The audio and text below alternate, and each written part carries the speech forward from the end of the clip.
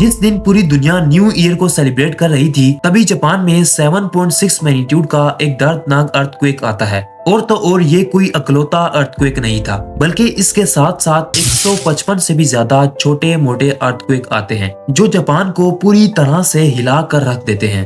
अभी जापान इस मुसीबत से निपट ही रहा था कि तभी जापान के टोक्यो इंटरनेशनल एयरपोर्ट में दो प्लेन्स आपस में क्रैश कर जाते हैं।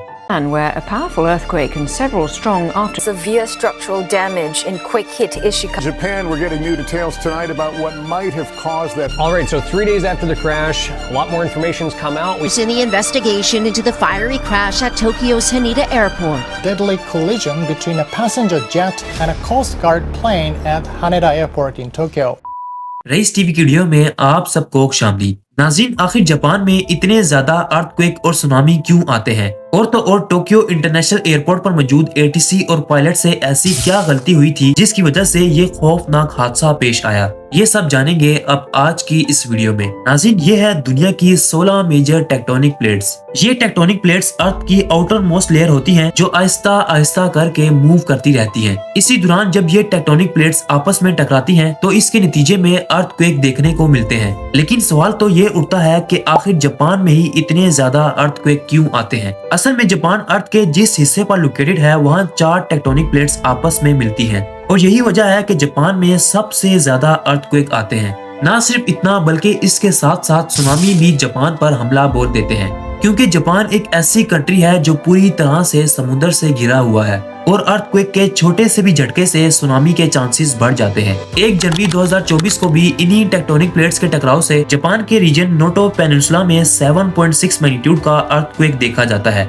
जिसके नतीजे में अब तक 100 से भी ज्यादा लोग अपनी जानों से हाथ धो बैठे हैं और तो और हजारों लोग बेघर और जख्मी हो चुके हैं। इन्हीं लोगों की मदद के लिए टोक्यो इंटरनेशनल एयरपोर्ट पर जापान एयरवेज का एक छोटा coast guard plane 6 crew members के साथ डिपार्चर के लिए बिल्कुल तैयार खड़ा था कि तभी 5:47 पर पता चलता है कि जापान एयरवेज का एक कमर्शियल प्लेन इस कोस्ट गार्ड प्लेन से टकरा गया है और दोनों प्लेन्स एक खौफनाक आग में घिर चुके हैं। इस हादसे के नतीजे में कोस्ट गार्ड प्लेन में बैठे 6 में से 5 क्रू मेंबर्स अपनी जिंदगी की बाजी हार जाते हैं, जबकि पैसेंजर प्लेन में बैठे तमाम पैसेंजर्स और क्रू मेंबर्स को बाहिफाजत प्लेन से बाहर निकाल लिया जाता है। असल में ये coast guard plane commercial plane से साइज में काफी छोटे होते हैं और जब ये दोनों प्लेन्स आपस में टकराए थे तब दोनों प्लेन्स की डायरेक्शन एक ही तरफ थी। इन पिक्चर्स में देखा जा सकता है कि कमर्शियल प्लेन की सिर्फ नोज डैमेज हुई थी, जबकि कोस्ट गार्ड प्लेन पूरी तरह से तबाह हो चुका था। आखिर एटीसी ने रनवे पर कोस्ट गार्ड प्लेन के होते हुए कमर्शियल प्लेन को लैंडिंग की इजाजत क्यों दी?